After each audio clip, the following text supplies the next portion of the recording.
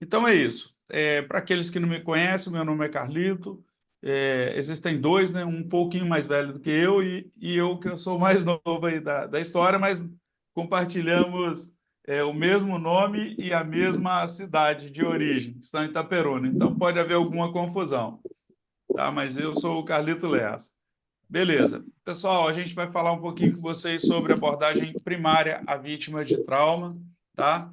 E nesse contexto a gente vai se imaginar, né, chegando para atendimento a uma cena como essa, né? E aí, dependendo da experiência de quem vai fazer esse atendimento, rola às vezes um certo nervosismo. E agora o que eu faço no meio desse contexto catastrófico? Como eu vou agir? Por onde eu começo? Né? Então, são perguntas que os mais novos, talvez, os que estão formando agora, que têm um pouco menos de experiência, acaba gerando esse conflito. Então, atender uma cena como essa, ela parte do princípio que você tem que, vamos falar, mirar o ponto mais grave, né, o paciente mais grave, e começar a avaliar a cena como um todo. Tá? Mas eu não posso chegar numa cena como essa e cair de peito aberto no meio dessa cena, porque pode vir um carro lá de trás, se a cena não está isolada. Então, tem uma série de informações que a gente vai abordar com vocês, né? A gente não pode entrar numa cena dessa se o trânsito não está perfeitamente isolado, né? Se, por exemplo, existe algum risco de explosão, que a gente pode ver aqui, ó, que derramou combustível na pista, tá ok? Então, a gente não pode chegar aqui e entrar, porque senão a gente vira vítima. E se tem uma coisa que eu aprendi em 16 anos de Corpo de Bombeiros, é que ninguém quer morrer como herói, tá? Ah, eu entrei numa cena como essa, o carro explodiu, pegou fogo, matou todo mundo, vai ser lindo meu sepultamento, vai ter tiro, vai ter... Ninguém quer. Eu não quero isso, tá ok? E a gente quer voltar para casa e ver nossa família bem e, na medida do possível, fazer o melhor para a nossa vítima. Beleza, então vamos dar sequência aí, né? A gente hoje vai apresentar algumas causas de trauma, estabelecer algumas correlações entre lesão e tipo de trauma, demonstrar o uso de alguns EPIs, avaliar corretamente o ambiente no qual o socorrista vai trabalhar e sistematizar, conforme a gente falou. Você visualiza aquela cena com múltiplas vítimas, carro destroçado de um lado, do outro. Por onde eu vou começar? Então, a gente vai sistematizar o atendimento desses pacientes de acordo com os protocolos e falar um pouquinho sobre o XABCDE. Perfeito? Então, o trauma, como vocês já sabem, né, ele vem do grego traumas ou atos, né, e indica ferida, avaria, derrota, desastre, né? Está relacionado com ações externas ao organismo pela transferência de energia, tá ok? Então, por exemplo, o ônibus passou em cima de uma pedra, a pedra foi lançada contra o tórax de uma senhora que estava no ponto do ônibus e então, houve uma transferência de energia daquela pedra para o tórax da senhora. Então, ele produz consequências locais, pode produzir consequências gerais, né, sistêmicas ao organismo, para funcionamento, alterando, né, a estrutura e o funcionamento do organismo. Ele é classificado como uma doença, tá, pela OMS. Então, quando a gente fala de trauma, a gente tem que ter em mente que o trauma ele é dividido em três fases. A fase chamada pré-evento, evento e pós-evento. Então, pré-evento são todos aqueles acontecimentos que vão anteceder o momento do trauma. Ah, o cara estava numa boate, bebeu, pegou o carro e aí foi, se acidentou, ou atropelou, ou colidiu com ônibus, etc. Né? Então, são todos os fatores agravantes. Doenças prévias, ele era um cardiopata, pegou o carro, fez um mal súbito uma pista, numa BR, e aí colidiu com ônibus. Então, Tudo isso é importante a gente ter esse conhecimento, ou tentar buscar isso no local da cena. A fase chamada evento é onde ocorre o trauma propriamente dito, né? Existe onde ocorre a colisão de dois corpos, tá? Estando um ou ambos em movimento, tá ok? E nesse evento é importante também a gente ter ideia da energia cinética, que é a mecânica, né, inerente do corpo. Se o corpo está em movimento, ele vai tender a continuar em movimento. Eu tenho um motociclista em cima de uma moto e a moto bate contra um anteparo, colide contra um anteparo, esse motociclista ele vai continuar exatamente na velocidade que a moto estava antes do acidente, até ser interrompido isso, de alguma forma. Durante o evento, existem 3 impactos, né, que a gente chama: dos objetos, dos ocupantes e os dos órgãos vitais. Perfeito? Por fim, a fase do pós-evento são as lesões que a gente vai observar após o impacto, né? Provocada, por exemplo, pela projeção do corpo, aquele cara que voou da moto, aquele cara que colidiu de carro e voou pelo para-brisa do carro, foi ejetado do carro. Então, são as lesões que vão ser provocadas após o impacto. Beleza. Então, táticas de ação imediata, né? Você foi chamado para um evento, e aí a primeira coisa que a gente tem que começar a pensar é o seguinte: como é que eu vou me proteger? Eu não posso chegar lá, né, totalmente destemido, né, de peito aberto e avançar numa cena de trauma. A gente vai lançar mão de EPIs. A gente tem que ter o mínimo de EPI aí, tá ok? Eu vou avaliar a cena para ver os riscos.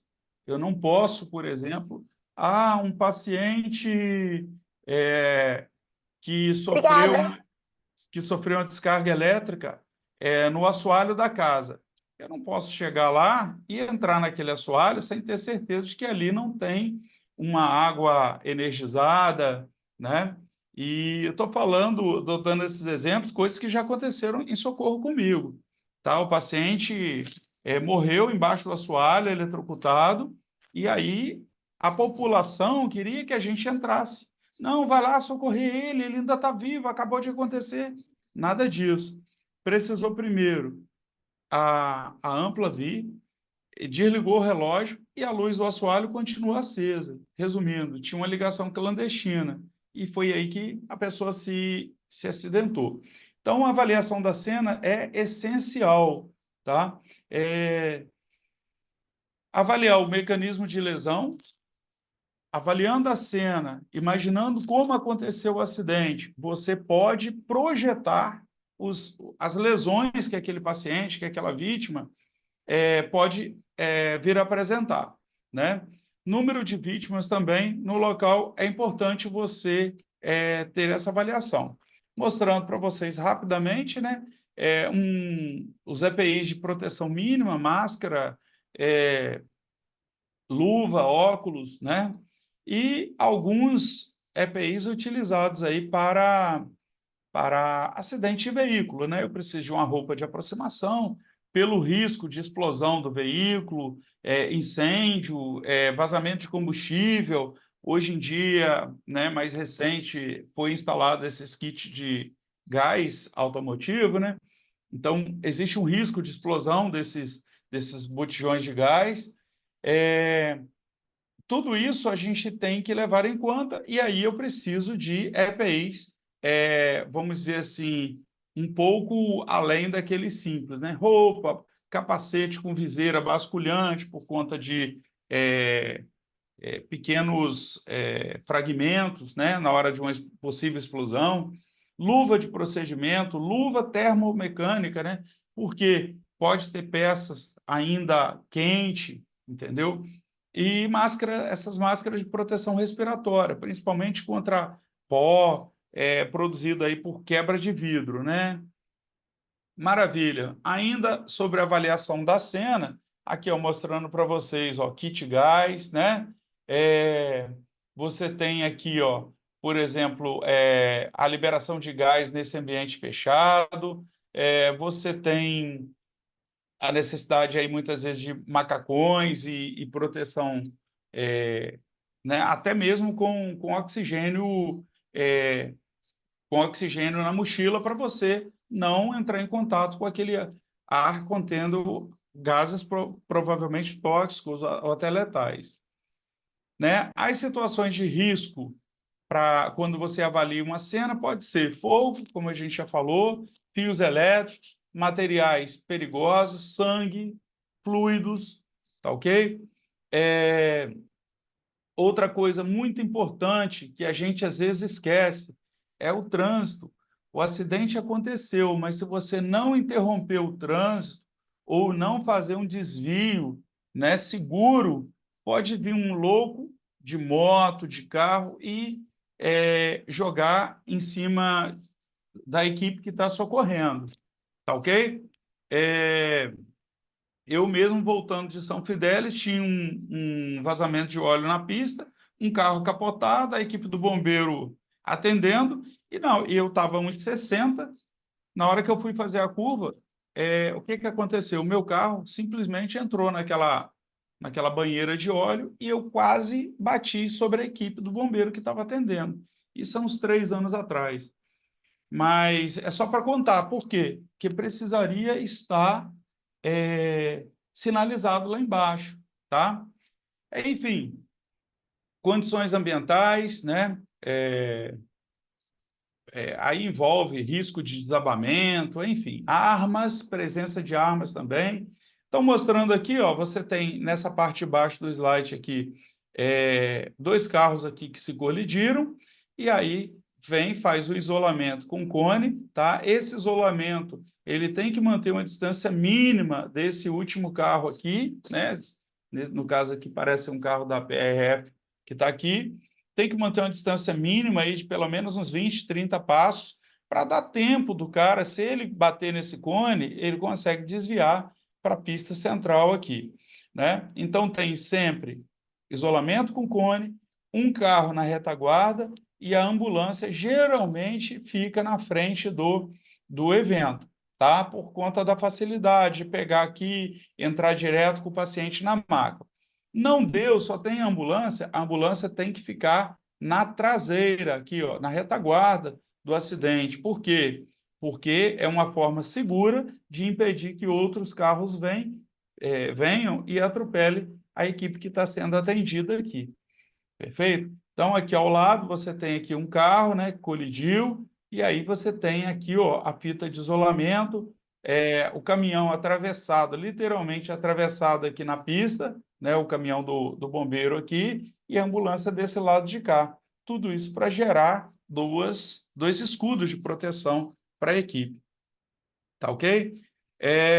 Então, cinemática do trauma, ela é extremamente importante, porque permite ao médico, ao enfermeiro, ao profissional de saúde, já projetar quais seriam as lesões e o grau dessas lesões, se são lesões leves, se são lesões graves, né? Ah, ele estava de Honda Bis a 20 km por hora, né? Bateu, escorregou, provavelmente as lesões, estava de capacete, as lesões não vão ser graves, né? Agora, se ele está numa Honda Bis a 70, 80 km por hora, né? E colide com um cavalo de forma perpendicular, a chance de dar problema é enorme, né? Então, olha lá, a cinemática do trauma é um processo de avaliação da cena, do acidente, para que, por meio dela, seja possível determinar lesões resultantes das forças e movimentos envolvidos, e bem como estimar a gravidade da mesma. Foi o que a gente acabou de falar. O mecanismo de lesão é o que a gente já contou para vocês. Se um corpo está em movimento, ele vai tender a continuar em movimento até que uma força externa atua sobre ele. Perfeito? A gente fica olhando, observando esses motociclistas, principalmente aqui em Campos, né? Que eu assim conheço algumas cidades aí, nunca vi um trânsito tão caótico como esse trânsito daqui. a gente vê esses motociclistas fazendo loucuras. Qualquer batidinha que eles derem, eles são projetados e aí você vai ver literalmente a inércia agindo sobre esses caras. A força resultante que age sobre um corpo deve ser igual ao produto da massa desse corpo vezes a sua aceleração. Aquelas brincadeiras de física lá de primeiro ano do ensino médio. A quantidade de energia transferida vai depender da densidade do tecido atingido, tá ok? E quando a gente fala de densidade, a gente tem densidade, órgãos, né, com densidade de ar, órgãos com densidade de água e órgãos sólidos, tá? Que são órgãos com densidade de sólido, que são os ossos, né? Densidade de ar, pulmão, algumas porções do intestino, densidade de água, a maioria dos órgãos, fígado, rins, pâncreas, enfim. Ainda sobre o mecanismo de lesão, a gente também tem uma relação entre o trauma penetrante e o trauma contuso, né? A área de contato na lesão, no trauma, ela é extremamente importante. Por quê? Quanto maior a área de contato, maior vai ser a energia transferida para aquele corpo. Ah, o cara levou uma perfuração por arma branca. Provavelmente essa lesão, ela vai perfurar linearmente os órgãos que estiverem à sua frente.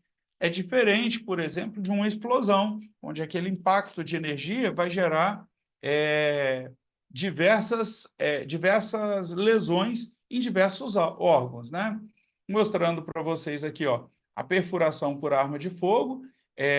O projétil ele vai fazer um caminho, né, no interior do tecido e ele vai ter uma região que é uma cavidade permanente e uma região gerada aqui, ó, pelo projétil, que é uma cavidade temporária, tá? Geralmente, o orifício de entrada do projétil é menor do que o de saída. Se for um tiro a queima-roupa, vamos falar assim, você vai ter uma área de queimadura e uma área de tatuagem em volta aqui dessa lesão, tá? Às vezes tem resquício até de pólvora ali.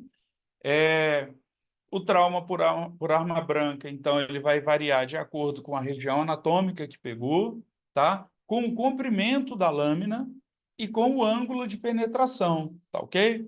Então, tudo isso tem que ser avaliado. Comprimento, região que pegou e o ângulo que a pessoa golpeou a vítima. Mostrando para vocês algumas armas brancas, né? Algumas muito conhecidas, por exemplo, lá o povo lá do interior de São Francisco de Itabapoana, adora matar à base de foice, machado, essas katanas aqui, que é uma foice lá para cortar cana, e algumas armas aqui que, particularmente, eu nunca vi, né? Soco inglês.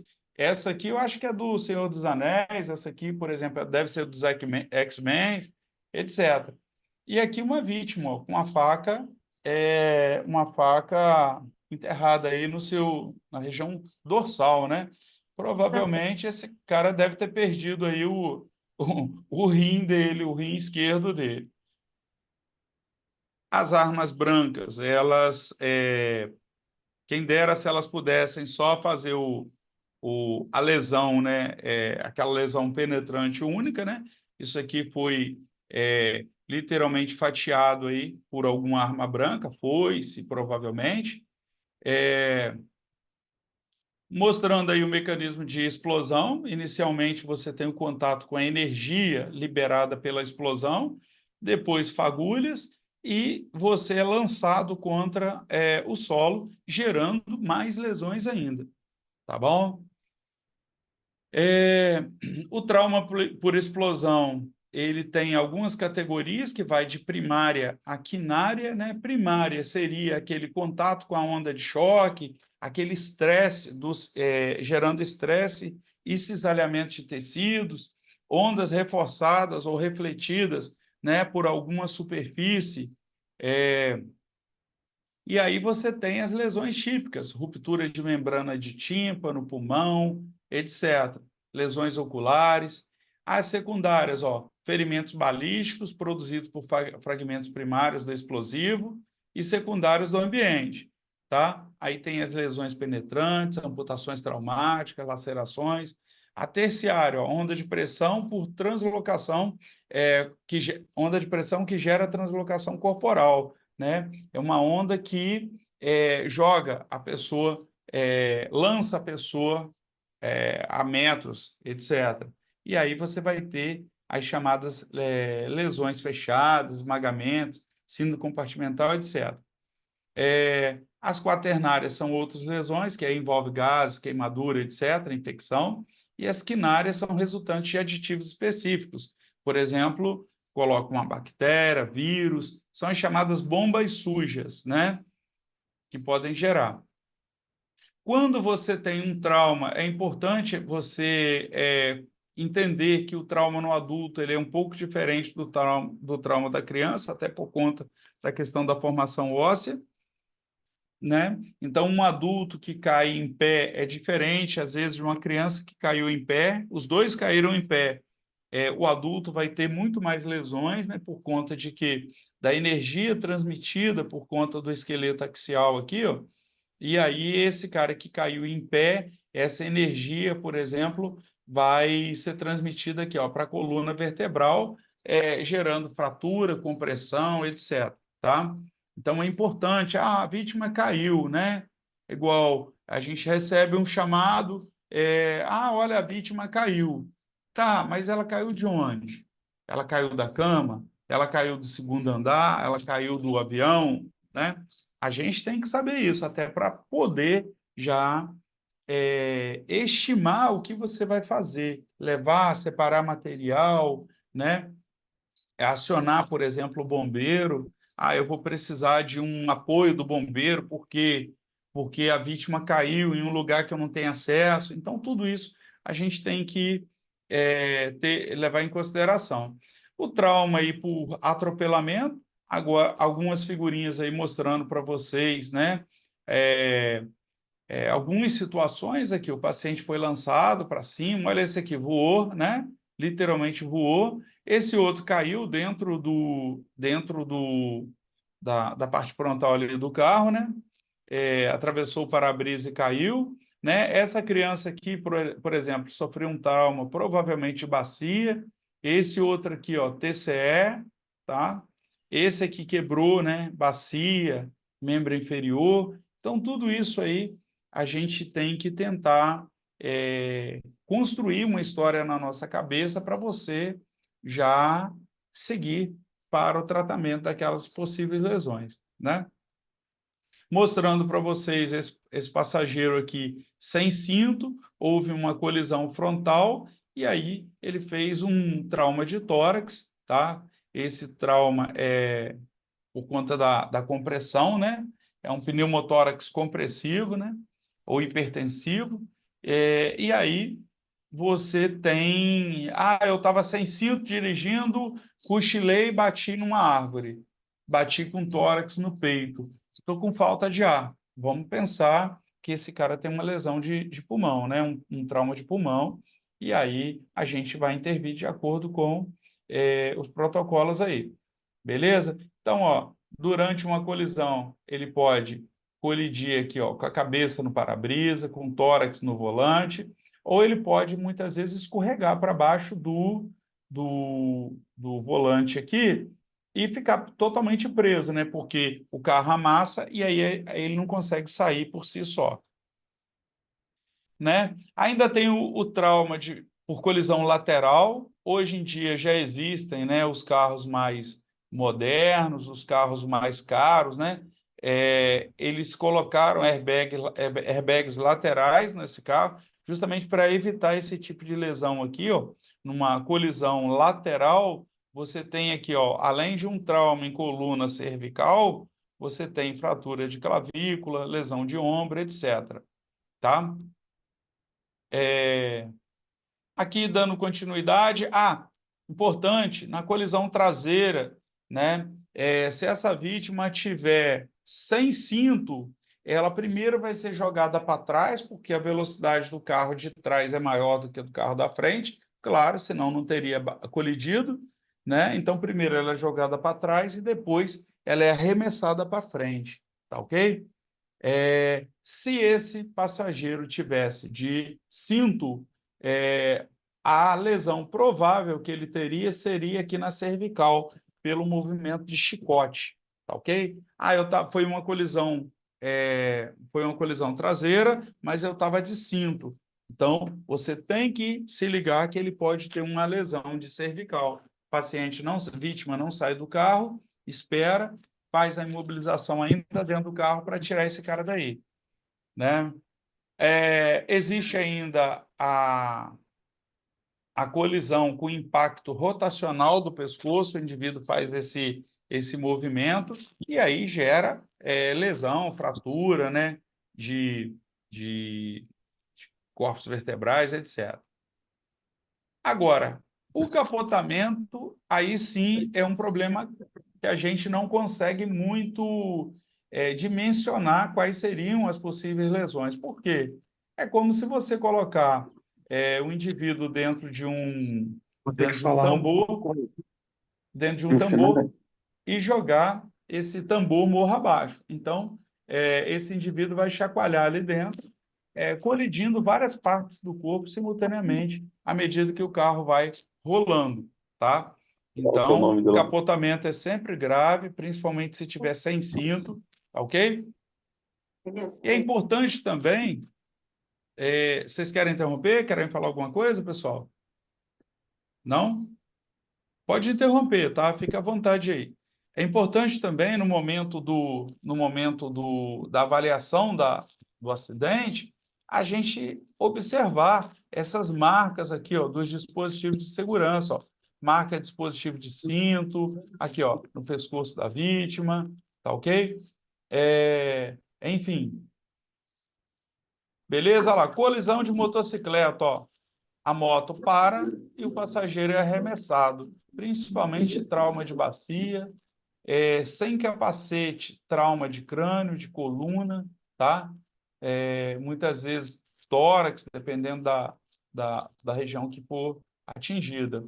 Outras lesões, queimadura, né? Das levinhas aí, queimadura de praia, até o indivíduo literalmente aqui, ó, foi cozido aqui com alguma solução, e esse cara que subiu no poste aqui, né? Tá literalmente tostado aqui em cima. Beleza, então a gente vai sempre presumir traumas graves quando? Então é importante vocês terem isso sempre em mente. Quando vai ser trauma grave? Queda maior que 6 metros, colisão acima de 32 km por hora, tá? Vítima ejetada do veículo. Ah, mas a vítima está andando, está bem. Cara, põe essa vítima na maca, se ela está andando, né? Você não vai botar ela em prancha nesse momento, porque ela vai sentar e deitar na maca, mas assim, coloca ela na maca, leva para o hospital, porque daí a 1 hora, meia hora, essa vítima pode agravar com algum sangramento secundário àquele trauma, né? Sempre que tiver a morte de um dos ocupantes, pode considerar esse trauma grave. Por quê? Porque se teve energia para matar um dos ocupantes, o outro tem tudo para ser grave, tem tudo para ter um trauma grave, né? E quando você chegar lá, o veículo está completamente destruído. Ah, mas a pessoa está andando, está preocupado? Não. Olha só, vamos para o hospital, você avalia, vamos fazer os exames que forem necessários, tá? Muitas vezes o paciente também está desorientado, tá? A gente tem que ter muito cuidado. Você tem que esgotar todas as possibilidades de levar o cara para o hospital nessas situações, porque às vezes ele está desorientado e aí, não vou, fica agressivo, fica aquilo. Então, você geralmente tem que pegar um familiar, tem que pegar algum conhecido como testemunha de que você fez o máximo que podia para levar o indivíduo, né? Pega o familiar para tentar convencer, porque às vezes o familiar tem um pouco mais de autoridade sobre a vítima. Então, é bem importante isso aí. Queda maior que 6 metros, velocidade maior que 32, expulsão da vítima, né? Vítima jogada para fora do veículo, morreu um ocupante ou veículo acabou no acidente, isso é trauma grave, até que se prova o contrário. Desculpe. O número de vítimas, a gente tem um método mnemônico aí para poder orquestrar esse atendimento, então, chamado desastre, né? Esse é o método mnemônico. D é detecção, né? Avaliação avançada da cena, você vai olhar essa cena, né? Como essa que está aí, que tem várias pessoas, pelo menos aí umas 6 a 8 pessoas aí que eu posso contar, deitado ao solo, né? O E de estabelecimento de C2, que é o chamado comando-controle. Aqui na região, a gente não tem um centro de comando e controle, né? No Rio a gente tem, foi construído uma coisa, eu já visitei, né? A gente conhece, porque o Corpo de Bombeiros está lá, então, assim, uma central de primeiro mundo aí de comando e controle, onde você despacha ambulâncias, são várias vítimas. Olha, vai 3 para o Ferreira Machado, 3 para o HGG, 3 para o São José, e por aí vai. Só que isso lá no Rio, né, para os hospitais maiores que tem lá. Essa de segurança da cena, né, estabelecer aí o controle do perímetro interno. Então, a gente tem que ter essa segurança da cena. Avaliação de ameaças, essa de solicitação de apoio. Se não deu, chama apoio, pede ajuda. Outras ambulâncias aí, outra equipe. O T de triagem, tratamento, transporte, basicamente evacuação do local. E o E é o exame pós-evento que se faz. Então, eu já atendi um ônibus capotado em frente o Santos Dumont, que tinha mais de umas 30 pessoas, e a minha ambulância, como era do Central, foi a primeira a chegar. Então, não tem que bater desespero, a gente tem que, primeiro, passar o olho em todas as vítimas e tentar identificar qual que está mais grave, as que estão falando, as que estão, aquelas vítimas cinza lá, né, pretas, que a gente fala, porque aquelas que já estão em óbito, essa vítima você não tem que perder o tempo com ela, porque já aconteceu. Então, eu vou cuidar das que estão ali mais graves.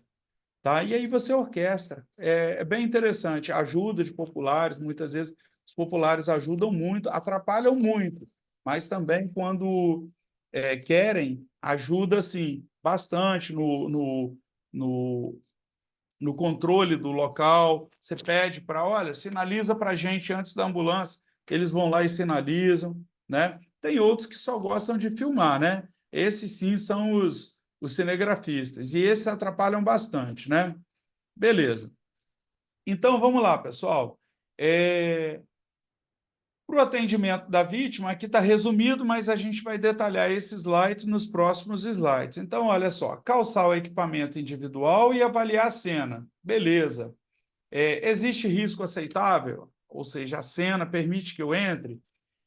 Qual é o mecanismo de lesão? Qual o número de vítimas? Eu vou precisar de um recurso adicional? Esse iniciozinho aqui, para a gente de São João da Barra, esbarra muito com a nossa central, né? Central lá de regulação do município. Por quê?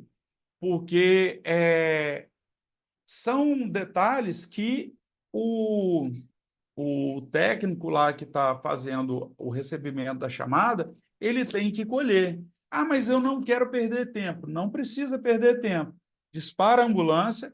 Olha só, central resgate, nós temos ou central Açu, nós temos uma colisão, tá, envolvendo 2 carros, me parece ter 3 vítimas, e eu vou pedir para vocês já saírem para o local, para o socorro, e durante o socorro, o deslocamento, eu vou pegar mais detalhes e eu vou passando para vocês já irem arrumando os materiais que forem necessários. Perfeito? Então, essa primeira parte aí é muito importante, que a gente já chega mais ou menos preparado com material à mão, né? Tubo, olha, eu estou com uma vítima inconsciente, então eu falo com o colega enfermeiro, o técnico, olha, vamos preparar um material de intubação, bolsa de intubação, prancha, porque a gente vai precisar desse material. Beleza. A cena está segura? Show de bola. Se ela não estiver segura, eu vou buscar recursos ou medidas para estabilização da cena, para tornar aquela cena acessível para a equipe de socorro, tá ok? E a retirada da vítima daquele local. Se a cena estiver segura, beleza, aí eu entro na cena e começo a fazer a avaliação sucinta, né, do nível de consciência, inicio abordagem de vias aéreas, aí nisso tudo vai envolver retificação de mandíbula, enfim, posicionamento de cabeça, segurar a cabeça do paciente, imobilização de pescoço, né? Inspecionar e expor o paciente para ver o padrão respiratório. Eu estou passando rápido porque a gente vai voltar nesse slide um pouco mais quebrado, né? Aí eu entro no C, que é a parte do controle de hemorragia, considerar, por exemplo, imobilização de fraturas para poder controlar a hemorragia, identificação de sinais de choque nesse paciente politraumatizado, tá? Existe hemorragia externa, maciça? Se sim, a gente vai partir para a compressão. Se não, eu vou estricar esse paciente, beleza?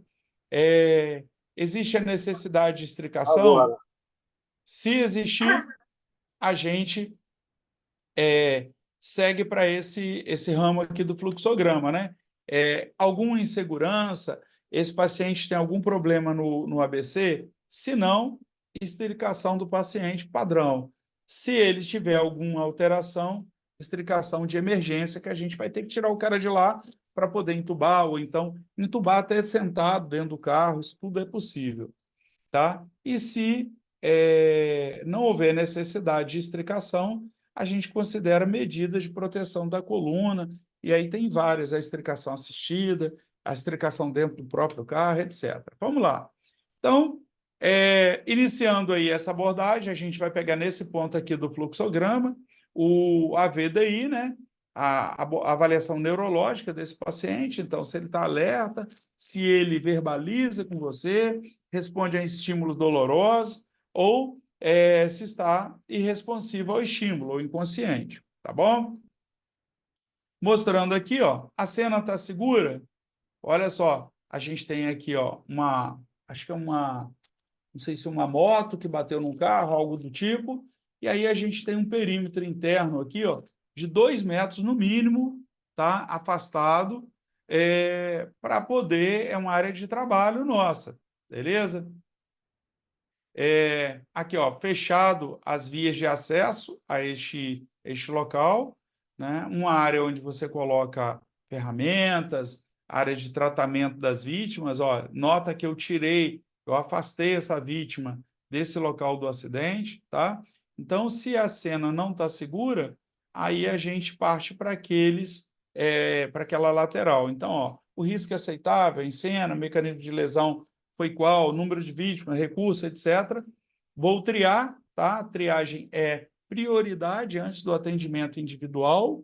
Senhor, tudo bem? O senhor está com dor aonde? Tal. Ah, eu consigo falar. Beleza, parto para o próximo. Senhor, onde você está com dor? Tal. Eu quero minha casa. O cara todo desorientado. Opa, eu vou atender esse cara primeiro, porque ele está mais grave do que aquele anterior que me respondeu, né? Então, se a cena não estiver segura, eu vou buscar recursos adicionais, tá? Para poder tirar a vítima desse local. Pessoal, não podemos agir como super-heróis. A gente vai só entrar na cena se você tiver a segurança de que a cena está totalmente segura, né? Mas para isso a gente tem que ter embasamento. Ah, eu não entrei para ajudar a vítima porque existia a iminência de um risco de uma explosão de um carro que estava vazando combustível, né? Ou então tinha um fio, um fio de alta tensão caído em cima do carro. Orientei a vítima para ela se manter dentro do carro e eu não me aproximo daquele carro. Beleza. Se acontecer alguma coisa e aquela vítima foi eletrocutada, você está respaldado. Nenhum juiz vai te prender porque você deixou de entrar naquele acidente, porque a prioridade no trauma é a sua primeira, a sua segurança, a segurança da equipe que está ali. Então, a cena não está segura, avaliar os cenários de risco, tá? Sem proteção de coluna nesse momento, e aí a gente faz essa avaliação sucinta do nível de consciência, beleza? Se a cena estiver segura, a gente parte para isso. Vou desobstruir vias aéreas e estabilizar a coluna cervical, beleza? Com isso, dou sequência ao ABCD, né? O problema se resolve de imediato, então a gente vai intervir, a gente vai pegar aquele paciente e retirar do local, levar para o hospital, etc. Delego intervenção e segue o exame físico, né? Olha só, o paciente está, sei lá, hipotenso, enquanto o enfermeiro está pegando o acesso, a gente está terminando a outra parte do exame físico, né? E acelero aí a conclusão do exame para a gente poder fazer o deslocamento.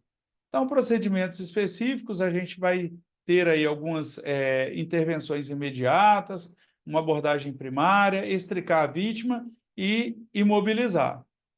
Então, começando aí, ó, pelo XABCDE, né, que é o controle do sangramento grave, né? Isso aí é o que está à frente aí do atendimento. O nível de consciência, então, você vai avaliar aí o nível de consciência e entrar no ABCD, ABCDE, conforme a gente falou.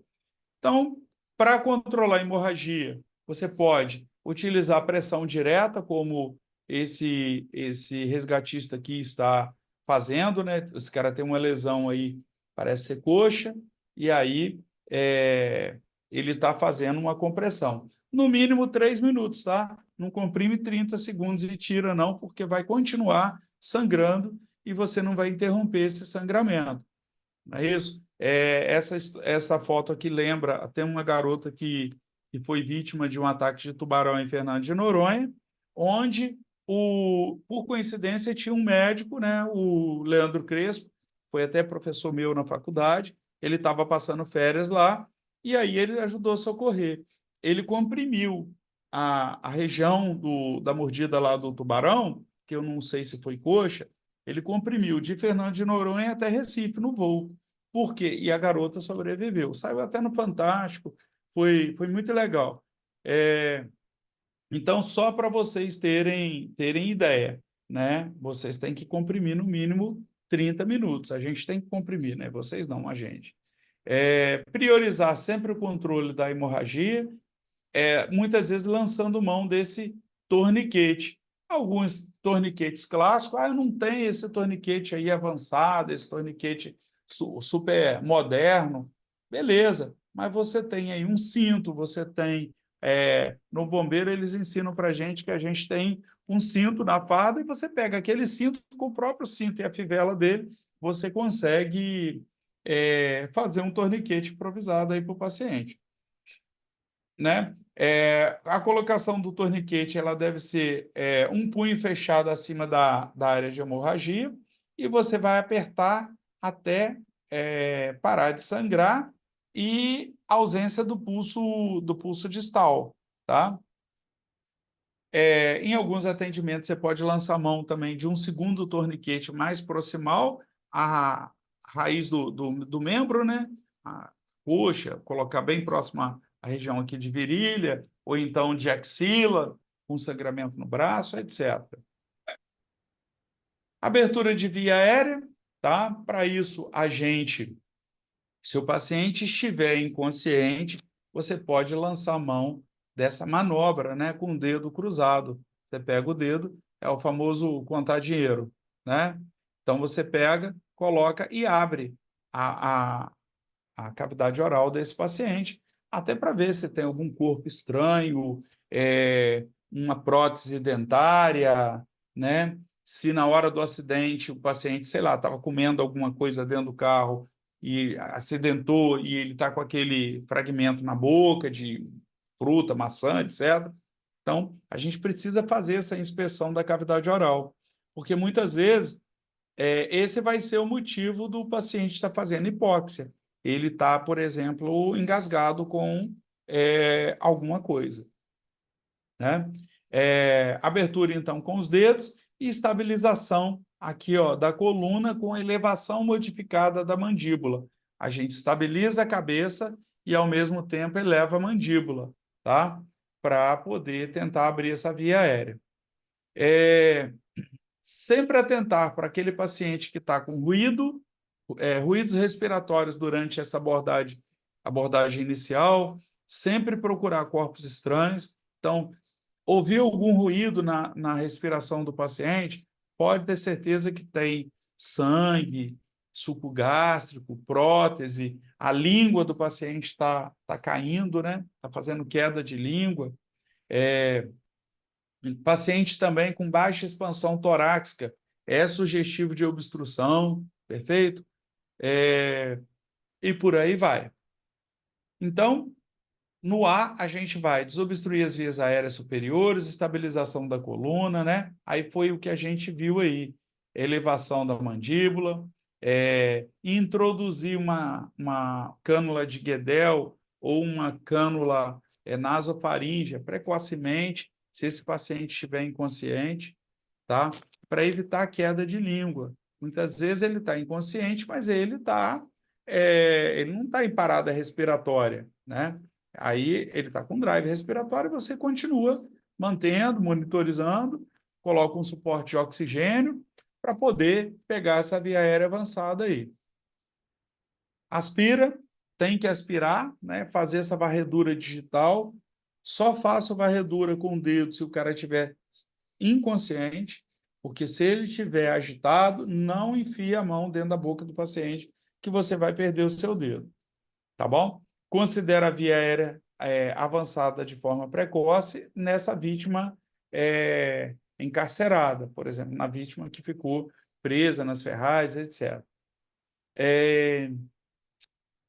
E aí, pessoal, a vítima, por exemplo, está iniciando um quadro de vômito. Você pode rolar essa vítima, né? Rola ela em bloco.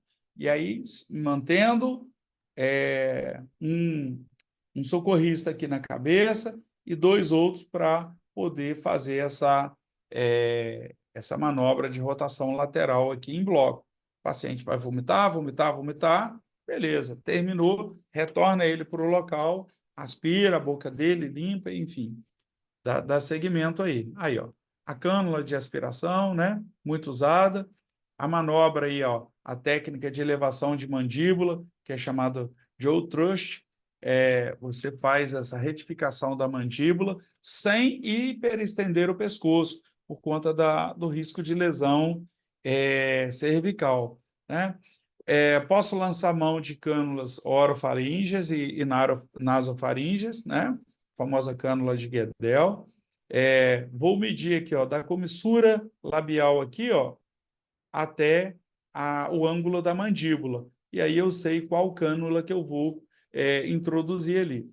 Lembrando que eu não posso usar essa cânula se o paciente tiver risco de lesão de base de crânio, tá? Sangramento auditivo, epistaxe, etc. Tá ok? Olha lá, a cânula nasofaríngea, tá? Essa eu ainda acho mais perigosa ainda do que a cânula de Guedel, em pacientes que você suspeita aí de lesão de crânio, porque ela vai entrar pelo nariz. Eu já vi casos de cânula vir parar cá no cérebro do indivíduo, tá? A ponta dela. Então, não é isso que a gente quer.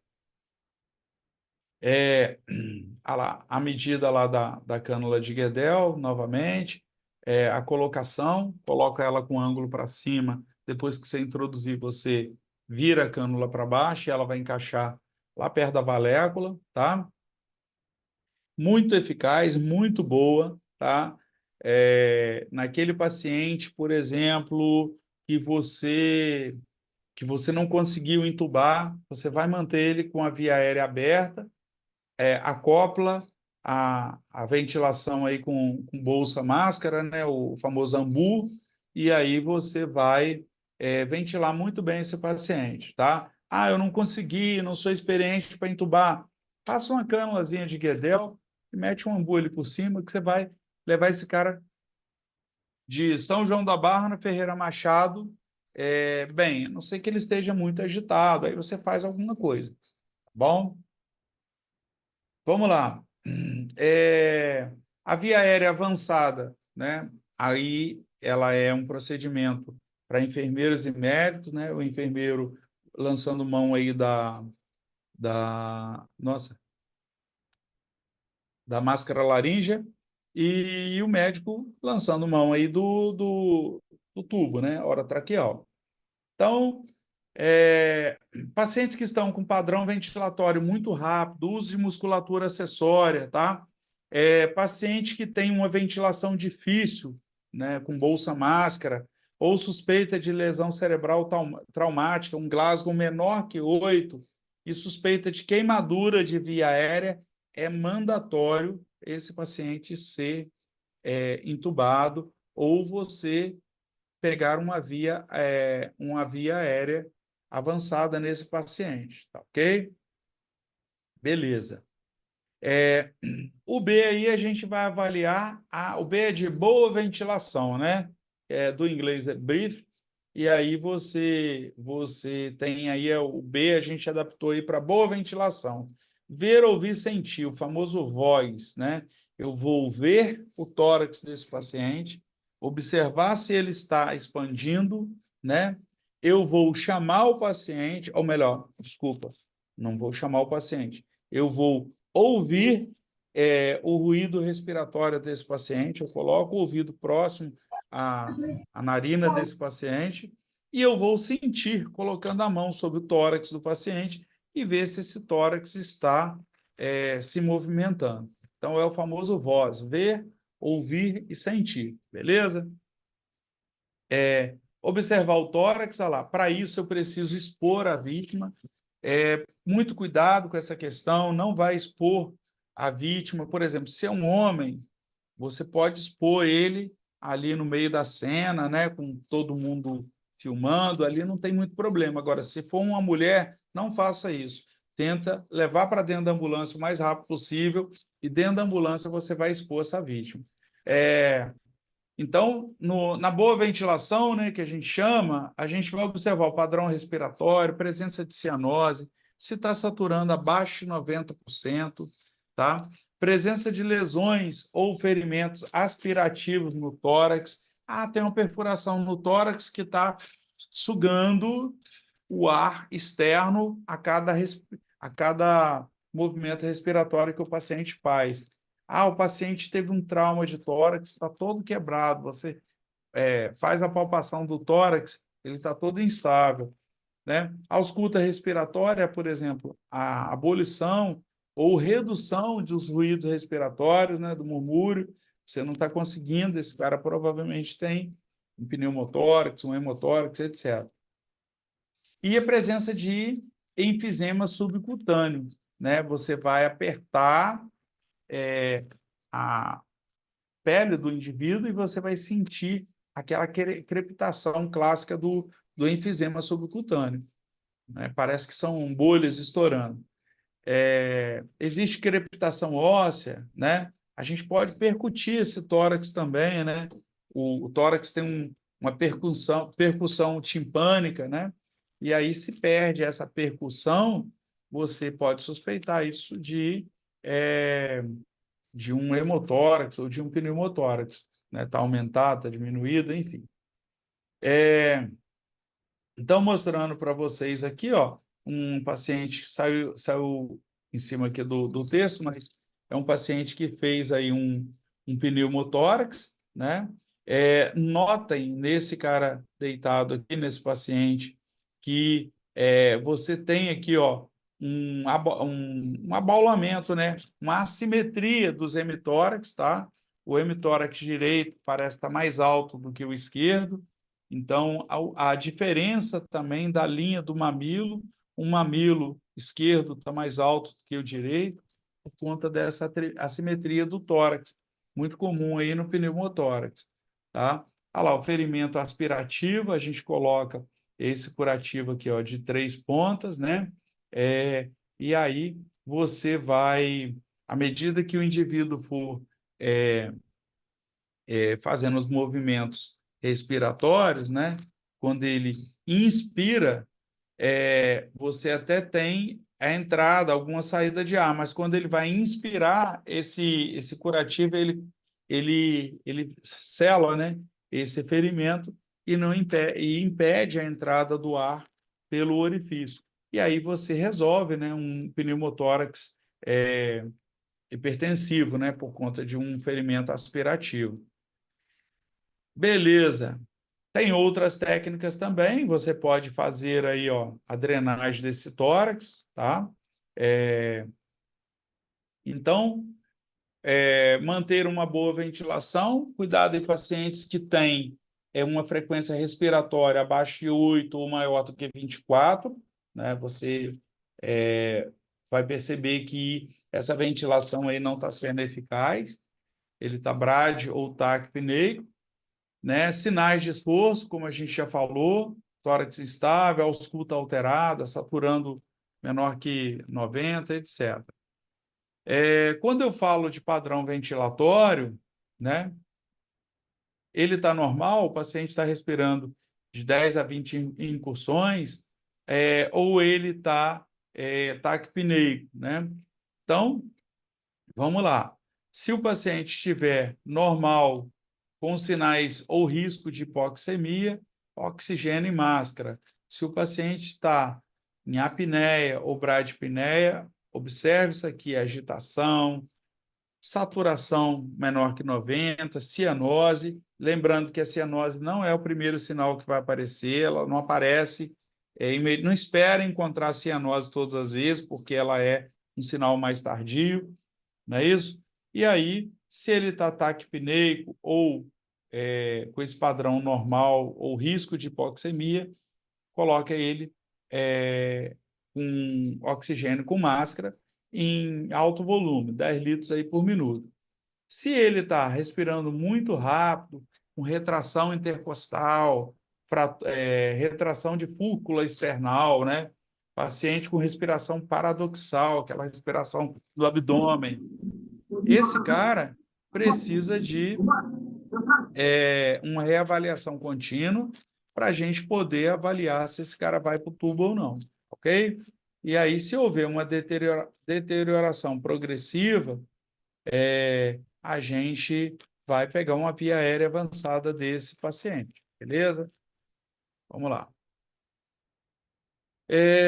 Então, piorou o quadro, olha lá, ó, abordo com a via aérea avançada, né? Transporte, por exemplo, se o transporte for demorar mais que 20 minutos para chegar no hospital, é também um indicativo de você pegar uma via aérea avançada, né? Suspeita de TCE com Glasgow menor que 8, ventilação difícil, com bolsa máscara, paciente muito agitado, pega uma via aérea, tá bom? E aí tem os sinais que a gente já falou. Buscar sempre por hemorragias externas, checar sinais de hipoperfusão, palidez, pele fria, pegajosa, né? Paciente muito agitado, enchimento capilar maior que 2 segundos, respiração rápida, pulso radial fino e rápido, né? Pulso radial ausente, pulso carotídeo presente, tá ok? Então, tudo isso é sinal de deterioração do quadro. E aí a gente entra no controle das hemorragias, né? Estabilização de hemorragia, de, imobilização, por exemplo, de pelve sangra muito, o cara choca, e choca rápido, tá? Identificação de sinais de choque, né, do paciente, sudorese, hipotensão, tudo isso aí. E aí, vamos fazer estabilização, alinhamento da coluna, tá? Conforme o caso.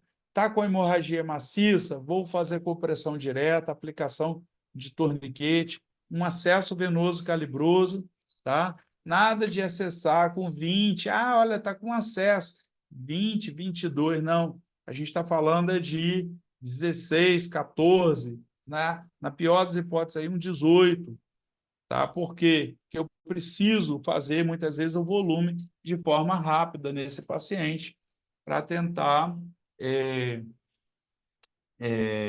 estabilizar aí um pouco, tá? Primeiro eu controlo a hemorragia, depois eu faço a infusão aí.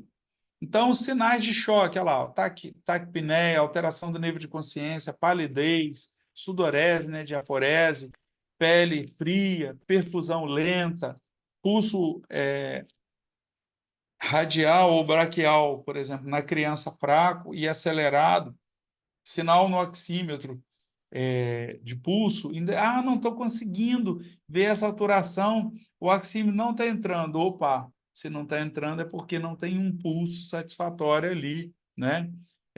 Naquele membro, naquela parte distal do membro ali.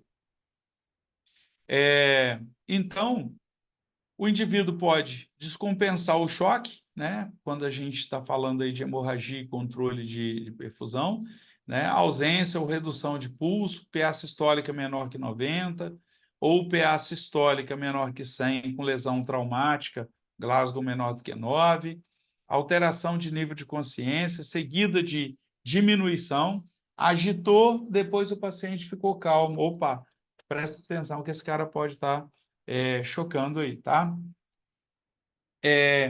Existe a chamada hipotensão permissiva, né? A gente mantém muitas vezes o paciente tendendo à hipotensão justamente para evitar uma perda sanguínea maior, tá?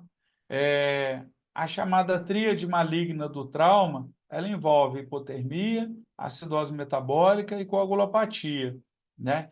Então, outra coisa que a gente deve fazer é o seguinte, aquecer sempre esse paciente. Às vezes o ar-condicionado da ambulância está muito frio, muito gelado, então desliga esse ar para que o paciente mantenha-se aquecido, beleza? Deixa eu só falar com vocês mais alguma coisa aqui. Aqui, ó. Aqui está mostrando para vocês, ó, manter a boa perfusão, né? Garantia de oxigenação de vias aéreas, controle de hemorragia, interna e externa, né? Interna, lá, vou estabilizar pelve, etc. Vou fazer a manutenção da temperatura corpórea da vítima, vou manter essa vítima aquecida. É isso, olha lá, compressão, aplicação de torniquete, colocar em prancha, imobilização, olha lá, estabilização de bacia, tá? Administrar fluidos, tá? Durante o transporte, mostrando para vocês aqui agora o D, né, do nosso atendimento, ó, avaliar o nível de consciência, sempre olhar a pupila do paciente, principalmente paciente com TCE, paciente com trauma, inconsciente, sempre olha a pupila, porque você vai chegar no hospital, você vai ter que falar isso para o neuro, olha, o paciente, quando eu cheguei na cena, ele estava com Glasgow 12, 20 minutos depois, durante o transporte, eu reavaliei, o Glasgow dele estava 9, estava 8, e aí a gente optou por sedar e intubar. Então, o neuro sabe exatamente quanto estava o Glasgow, até para ele poder medir a gravidade neurológica, falando assim, do paciente, né? Condições de sensibilidade, motricidade, avaliar força, movimento, tudo isso a gente informa isso lá na frente para o paciente, né? E aí, aqui mostrando para vocês o paciente pranchado, aqui o colega avaliando força do paciente, né? O D, de disfunção neurológica, a gente vai avaliar a escala de Glasgow, né? Essa escala foi recentemente modificada e acrescentaram a resposta pupilar nessa escala, beleza? E aí você tem aí cada parâmetro desse você atribui uma nota. Ele está com abertura ocular espontânea, recebe 4. Ele está com resposta verbal, orientado, recebe 5. Ele está com resposta motora, obedece o que eu peço para fazer, aperta a mão, levanta a perna, etc. Recebe 6. E você tem, por exemplo, uma reação bilateral ao estímulo luminoso. Então, ele vai receber 0. Então, soma os pontos e aí você tem a classificação de Glasgow para esse paciente traumatizado. O objetivo é determinar o nível de consciência desse paciente, tá? Com base nisso, a gente projeta, né, ou a gente estabelece que existe uma oxigenação adequada no cérebro ou diminuída, existe lesão no sistema nervoso central, né? Existe, por exemplo, intoxicação por álcool, drogas, existe algum distúrbio metabólico. Por isso que é importante a gente saber coletar, né, daquelas pessoas que estão ali fora, né? Enquanto o enfermeiro está muitas vezes pegando um acesso, claro, um paciente que dê para a gente fazer isso. Eu vou lá fora, chamo alguém, vem cá, ele estava onde? Ele bebeu, ele fez isso, ele usou droga, e aí você já tem todas essas informações. Que às vezes aquele rebaixamento que o paciente tem não é nem pelo trauma, é porque ele encheu a cara, fez uma overdose de drogas, etc. Cadê? Se a cena está segura, a gente vai atuar em loco, né? E aí a gente vai proteger essa coluna vertebral do indivíduo, sempre avaliando aí o mecanismo do trauma e o nível de gravidade pelo ABCDE. Então, existe a necessidade de extricação, ou seja, de retirada desse paciente de dentro do veículo, etc. Se não existe, considere só as medidas de proteção de coluna. Se existir, existe insegurança, existe problema no ABC, você detectou algum problema, né, na via aérea, na parte circulatória. Se você não detectou, extricação padrão. Vamos retirar em prancha. Se você detectou, a gente vai fazer uma retirada de emergência. Esse plano A é aquele plano calmo, a gente consegue tirar o paciente com toda a calma, é, é, mobilizar esse paciente de forma tranquila para que ele deite na prancha e a gente consiga tirar ele já pranchado de dentro do carro. Agora, se existe insegurança, risco de explosão, problemas no ABC, aí, meu amigo, a gente vai tentar tirar isso o mais rápido possível, tá? Sempre expor a vítima, expõe principalmente a área que foi uma área preliminar aí para você observar, sempre leva para dentro da ambulância e lá você corta calça, corta camisa, expõe o tórax, né?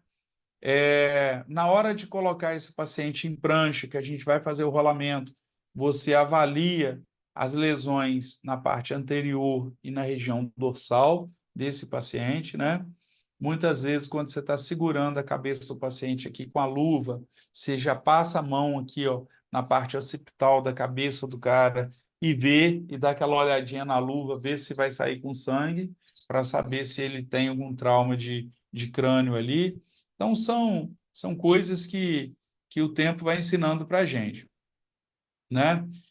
Cortar as vestes do paciente sempre, tá? Sem ficar movimentando o paciente, movimentar a perna, levanta a perna para cortar a calça, nada disso. Você vai cortar a calça com o paciente mobilizado em maca, em prancha, né? Sem fazer grandes movimentos.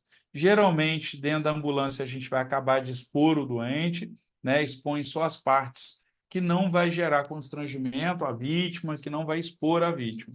Após a exposição completa, cobre a vítima com uma manta aluminizada, tá? Para evitar a hipotermia. Utilize outras medidas para prevenir hipotermia, por exemplo, se desligar o ar-condicionado da ambulância. E aí a gente vai chegar, então, na avaliação secundária, tá? Nessa avaliação, a gente vai avaliar os sinais vitais e fazer uma entrevista ampla, né? Com o paciente, com familiares ou com alguém que presenciou ali. E aí, nessa avaliação, a gente tem que pegar o nome da vítima, a idade da vítima, os sinais vitais da vítima, avaliar a respiração, frequência, ritmo e amplitude dessa respiração, pulso, frequência, ritmo e volume do pulso, pulso cheio, pulso filiforme, etc. A pele, se a pele temperatura, tá com a pele fria, um pouco corado, tá? Um turgor diminuído, a pele está úmida, etc. E aí a gente faz a chamada entrevista ampla, né? O que que é ampla? Ampla é um método mnemônico que a gente utiliza para ter em mente as perguntas que você tem que fazer, né? A, de alergia, M, de medicamento, P, de passado médico, L, líquidos, A, de ambiente e S, de sintomas. Então, tem alergia?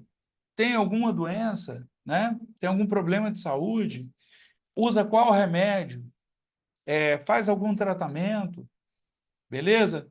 Sempre pergunta quais remédios usa antes de perguntar quais as doenças que tem, porque muita gente não sabe que ele toma remédio de pressão porque ele tem hipertensão, que ele toma remédio de diabetes porque ele é diabético, tá? Então, para evitar essa fadiga, eu sempre pergunto, quais remédios o senhor toma? Ah, eu tomo captopril, não sei o quê, não sei o que lá, não sei o que lá. Opa, hipertenso. É diabético, toma glifagem, é não sei o quê, é dislipidêmico, etc.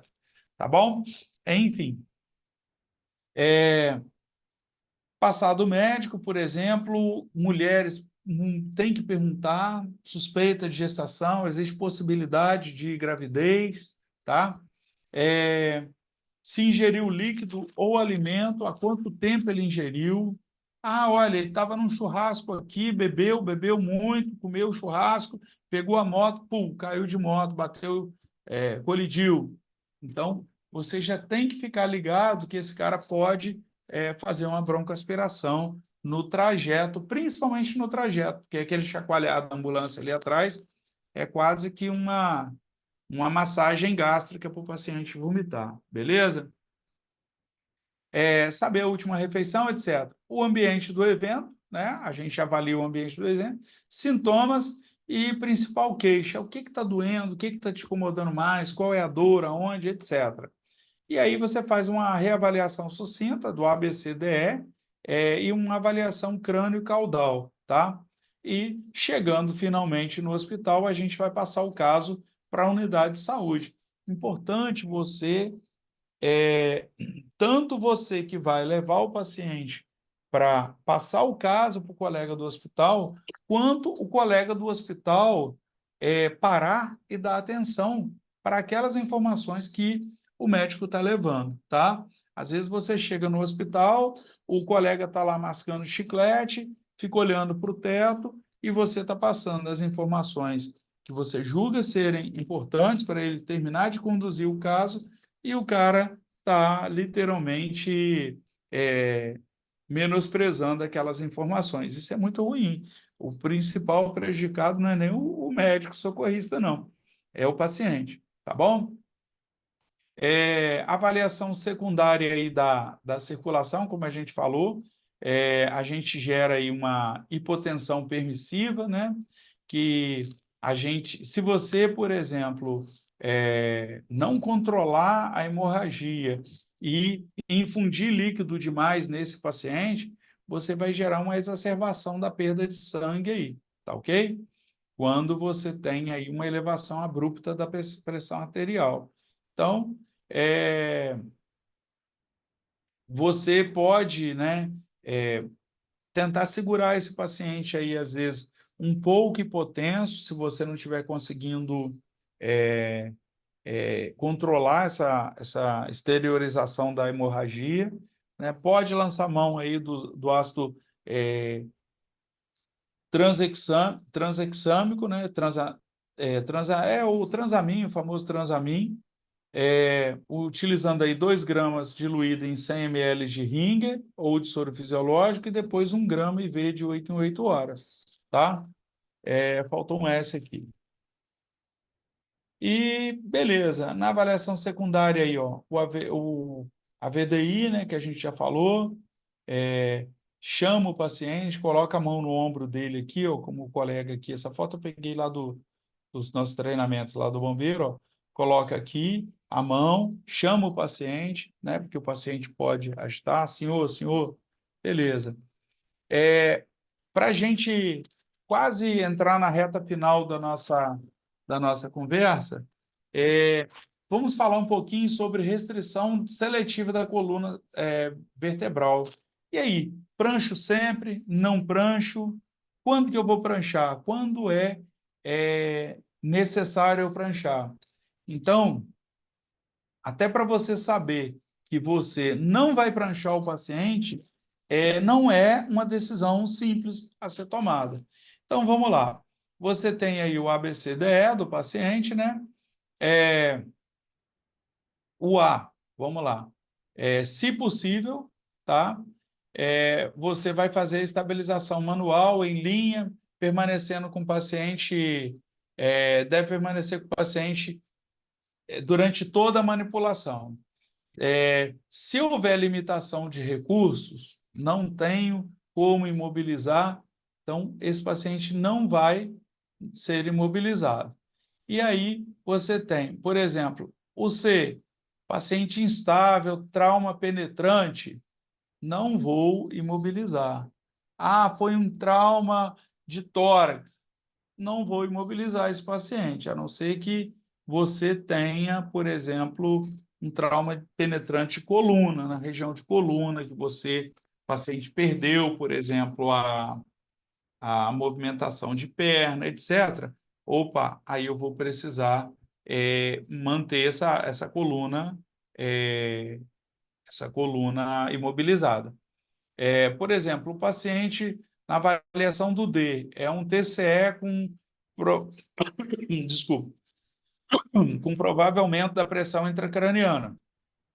Eu vou fazer lá, imobilização com parte superior do corpo elevada em colar. Vou mostrar para vocês. A gente só vai imobilizar a parte superior, não vai imobilizar o restante. Existem pranchas específicas para isso. E o E. Por exemplo, aqui, o E, vamos lá, o E. O paciente está estável, existe algum impedimento na avaliação, por exemplo, eu não consigo saber porque o paciente não fala português, porque existem sinais de intoxicação, lesões que desviem a atenção.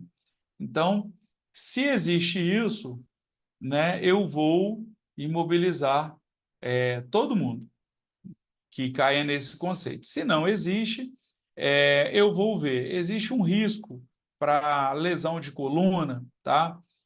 Sensibilidade, por exemplo, eu vou palpar a linha média da coluna desse paciente. Ele está com dor. Na hora que eu vou fazer o rolamento dele, eu já vou lá e faço esse exame. Ele está com dor? Então, eu vou botar esse cara em mobilização completa. Olha lá, redução da sensibilidade ou da força, lesões supraclaviculares, colisão a mais de 100 km por hora, capotamento, ejeção do veículo. Esse paciente, por exemplo, teve uma carga axial ou queda maior que 2 metros, motocicleta ou colisão de bicicleta. Se ele não cai, eu não imobilizo. Se ele não cai nesses critérios, se ele cai, eu vou para a imobilização completa. Então, veja só, até para a gente não imobilizar, você tem que ter alguns critérios, beleza?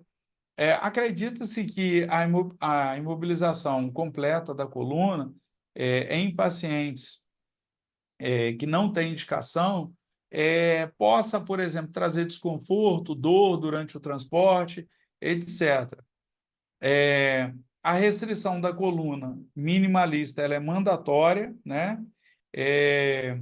E aí a gente tem, por exemplo, restrição da coluna vertebral, TCE, Glasgow menor que 13, alteração pupilar, tríade de Cushing, né?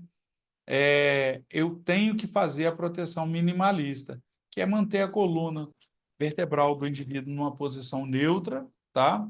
Minimizando a amplitude de movimento e reduzindo a probabilidade dessa lesão, de lesão ou de causar uma lesão secundária, né? Aqui, ó, eu vou retirar o capacete desse indivíduo lá, fazendo uma rotação desse capacete a 45 graus, beleza? E vou aplicar o colar cervical e os head blocks, ou blocos laterais de cabeça aí, quando o paciente chegar na maca aqui, quando ele for colocado na maca. Opa! Cadê aqui, ó? Então, ao fim da avaliação primária, a gente faz o ABCDE, se ele estiver estável, e aí eu vou para proteção da coluna em prancha longa. Prancha longa agrava a dor na coluna vertebral, como a gente já falou. O colar cervical, ele reduz o retorno venoso, tá? A maca da ambulância, a gente deve fazer o o rolamento em bloco e a retirada da prancha, né? Quando você for colocar o paciente, eu precisei pranchar para levar esse paciente até a maca. Então, o que eu quero dizer é o seguinte, a gente rola esse paciente em bloco e puxa a maca, e puxa a prancha, desculpa, de cima da maca e mantém ele no colchão da maca. Tá? Mantendo o colar cervical e o imobilizador da cabeça montado sobre a própria maca. Então, tem como você manter o paciente só com o colar e, e os head blocks atrelado àqueles tirantes lá. Né? É dessa forma aqui. Essa paciente ela não está pranchada, ela só está com essa proteção de coluna cervical e os protetores de cabeça, laterais de cabeça.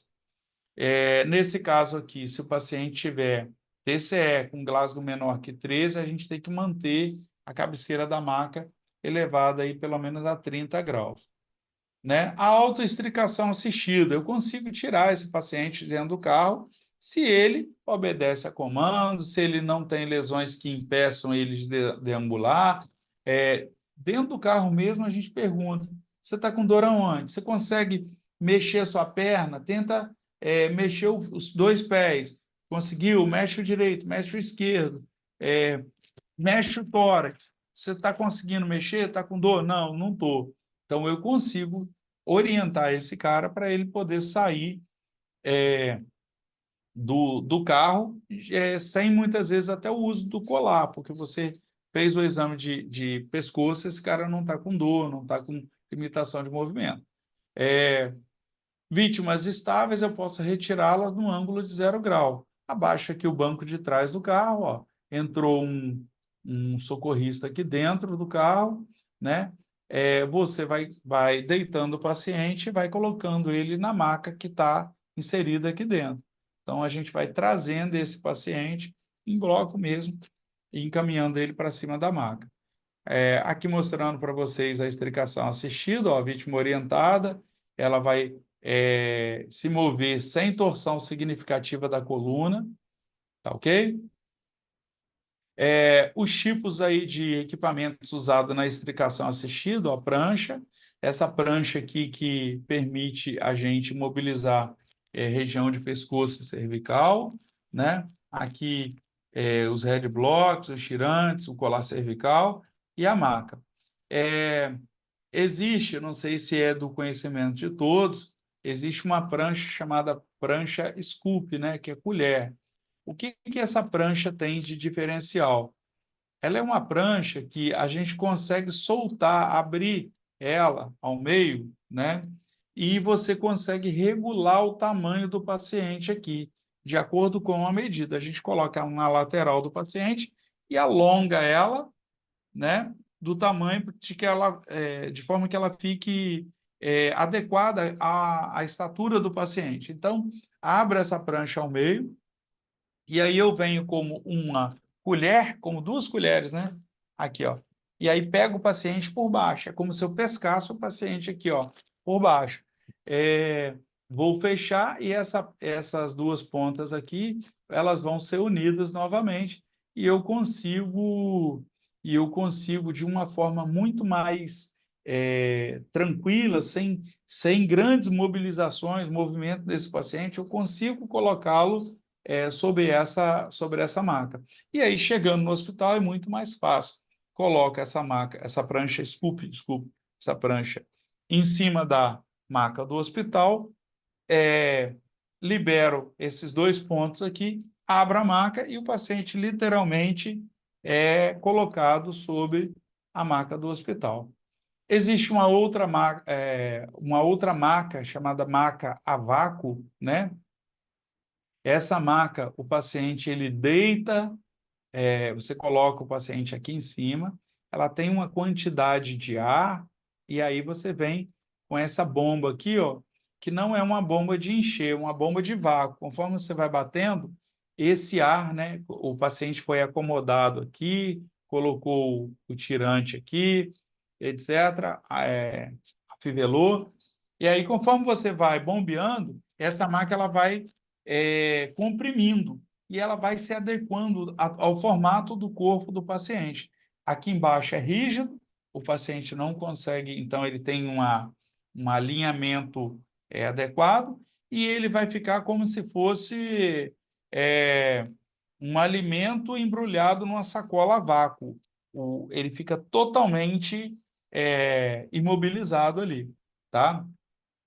Essa marca é excelente. Alguns locais até disponibilizam dela. Por exemplo, alguns quartéis do bombeiro eu sei que tem isso aí. Esse aqui é o CAD, o famoso dispositivo CAD, não é mais usado, tá? Isso aqui já não é mais usado, porque ele dá uma falsa sensação de restrição da coluna, tá? Difícil aplicabilidade. Eu ainda tenho algumas. Eu não sou totalmente contra o uso desse dispositivo, não, tá? Eu acho que em algumas situações bem específicas a gente consegue aplicar, mas assim, os guidelines já dizem que é um dispositivo em desuso, tá? Não é indicado mais. Aí a gente acaba não fazendo, beleza? Quando a gente fala de estricar, eu estou falando de retirar essa vítima, tá? Que não tem condições, de retirá-la de um local da onde a mesma não tem condições de sair por si só em segurança, tá ok? E aí a gente vai retirar, né, essa vítima ou então acomodá-la sobre uma prancha para a gente poder fazer esse transporte. Existem diversas formas da gente fazer isso. Uma delas é o rolamento a 90 graus. Para fazer o rolamento, eu preciso de pelo menos 3 pessoas. Uma para segurar a cabeça, né? Estabilizar a cabeça aqui e pescoço do paciente. E outras 2 para fazer o rolamento. Observa que esse socorrista está com o braço aqui, ó, após o braço do primeiro socorrista, é como se cruzassem os braços aqui, tá? É uma forma da gente poder rolar esse paciente com muito mais estabilidade. Ah lá, mesma coisa, ó, braço cruzado aqui, o braço desse cara de vermelho está abaixo do braço desse cara de camisa preta, e esse paciente, ele sofreu um acidente e ele está em posição pronada, né, em prona. E eu preciso colocar esse paciente na maca. Como é que a gente vai fazer?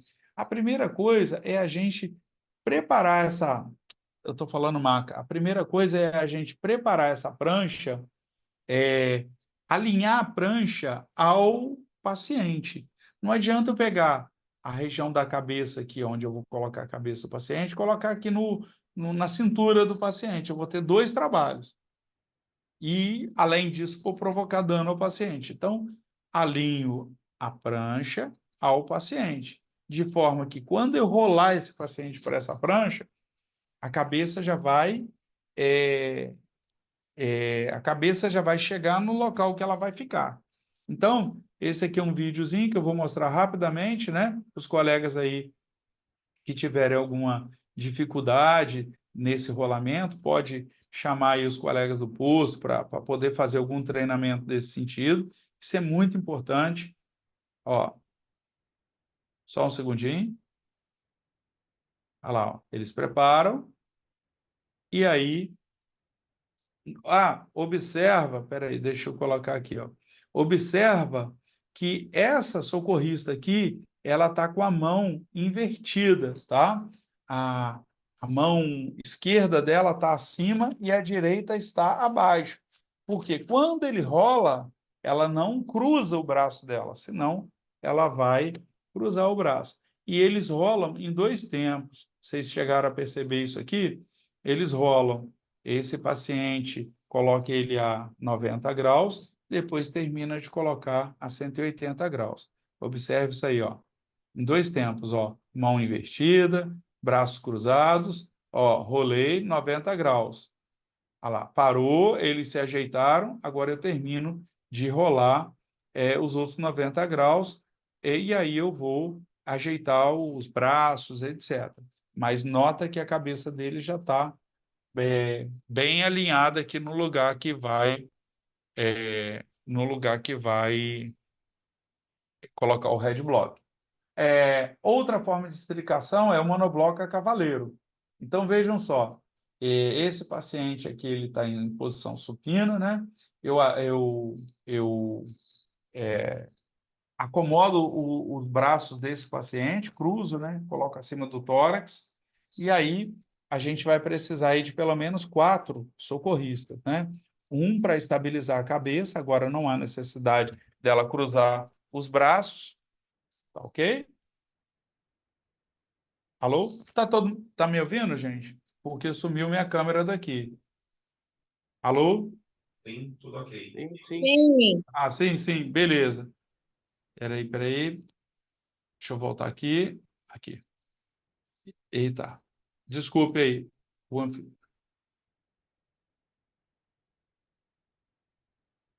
Opa. Tá. É porque eu tinha tocado aqui na minha câmera aqui. Foi isso que aconteceu. Beleza. Deixa eu só voltar naquele slide. Desculpe aí o transtorno. Vamos seguir. Cadê? Falamos bastante coisa, hein? Vamos lá. tá indo de direção contrária. Não, tá indo certinho. Tá indo para baixo. Aqui. Esse aqui que a gente parou. Então, vejam só. Aqui eu vou precisar de 4 socorristas. Esse socorrista aqui não precisa, obviamente, cruzar as mãos, né? Porque o paciente vai ser pego em bloco. A prancha está na lateral do paciente. Um fica no tórax, outro na bacia, na região de pelve, e outro nos membros inferiores, tá? Já vi muito erro. Um pega aqui, outro pega aqui. O cara faz aquela gangorra. Então, não pode. Tem que ter, no mínimo, 4 pacientes, 4 socorristas. E aí, para acontecer exatamente isso aqui, ó. Notar que a perna, né, a perna direita desse socorrista, ela está depois da prancha, lá, ó, o pé dele do lado de lá atrás da prancha, e aí eles vão levantar em 2 tempos, ó. 1, 2, beleza? E tá acomodado. Vamos lá, esse é o chamado monobloco a cavaleiro. Opa, né? Existe também a chamada estricação com elevação a cavaleiro, mesma coisa, só que ela é um pouco mais fácil. O que impede eu colocar a prancha aqui do lado e fazer igual o slide anterior? Nada, tá? Mas se você tem recurso, você pode fazer isso aqui. Vocês levantem o paciente em bloco, e aí o colega que está lá no final empurra a prancha por debaixo do paciente. Indicação desse tipo de estricação é num paciente, às vezes, de 150 quilos, né? A gente levanta ele e o colega enfia a prancha por baixo que é uma forma bem mais fácil do que você fazer aquele rolamento inteiro. Não sei. Enfim, tem opções aí para escolher, tá? E, e aí ele vai empurrar a prancha até a altura aqui do pescoço, onde a cabeça vai ficar no local correto. Beleza? Falamos 92 slides aí com vocês. Obrigado, boa noite a todo mundo. Espero ter ajudado vamos falar assim, a tirar um pouco do estigma, né, do socorro. É, colegas que quiserem, pode me chamar, me buscar aí no WhatsApp, tiver alguma dúvida, quiser alguma orientação mais de perto. Ah, Carlito, eu tenho dúvida nisso, tal.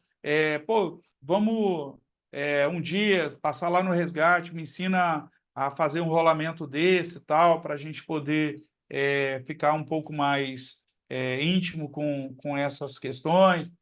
Fique à vontade, tá bom? Agradeço aí mais uma vez ao Éder, ao Jefferson, a equipe de gestão aí da Prefeitura de São João da Barra, tá? Que eu tenho um carinho enorme aí de trabalhar com vocês. E é por escolha, tá ok? Não é por limitação de oportunidades, é por escolha mesmo. Eu gosto de fazer isso, beleza? E estamos aí, pessoal.